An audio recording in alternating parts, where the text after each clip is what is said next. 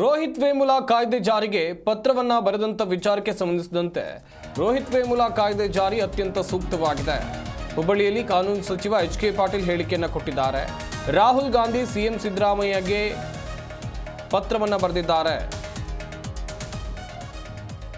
ಈ ಕುರಿತು ಸಿದ್ದರಾಮಯ್ಯನವರು ಚಿಂತನೆಯನ್ನ ಮಾಡ್ತಾ ಇದ್ದಾರೆ. ಶೀಘ್ರದಲ್ಲೇ ಜಾರಿಗೆ ಮಾಡ್ತೇವೆ ಅಂತ ಹೇಳಿ ಸಿಎಂ ಕೂಡ ಭರವಸೆಯನ್ನ ಕೊಟ್ಟಿರುವಂತದ್ದು ಗಮನಿಸ್ತಾ ಹೋಗೋದಾದ್ರೆ, ಶಿಕ್ಷಣದಲ್ಲಿ ಜಾತಿ ತಾರತಮ್ಯ ತಡೆಯೋಕೆ ರಾಜ್ಯ ಸರ್ಕಾರ ಮುಂದಾಗಿದೆ. ಇದಕ್ಕಾಗಿ ರೋಹಿತ್ ವೇಮುಲಾ ಕಾಯ್ದೆ ಜಾರಿಗೆ ತರೋಕೆ ಚಿಂತನೆಯನ್ನ ಮಾಡಲಾಗಿದೆ. ದೇಶದ ಶಿಕ್ಷಣ ವ್ಯವಸ್ಥೆಯಲ್ಲಿ ಯಾರೊಬ್ಬರು ಕೂಡ ಜಾತಿ ಆಧಾರದಲ್ಲಿ ತಾರತಮ್ಯವನ್ನು ಎದುರಿಸಬಾರದು.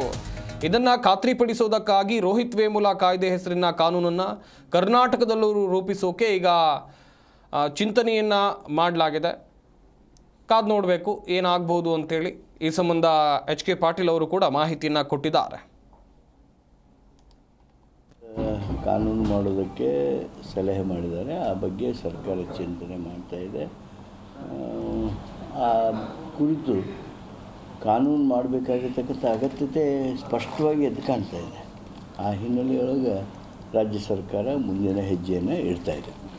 ರೋಹಿತ್ ವೇಮುಲಾ ಕಾನೂನು ಮಾಡೋದಕ್ಕೆ ಸಲಹೆ ಮಾಡಿದ್ದಾರೆ. ಆ ಬಗ್ಗೆ ಸರ್ಕಾರ ಚಿಂತನೆ ಮಾಡ್ತಾ ಇದೆ.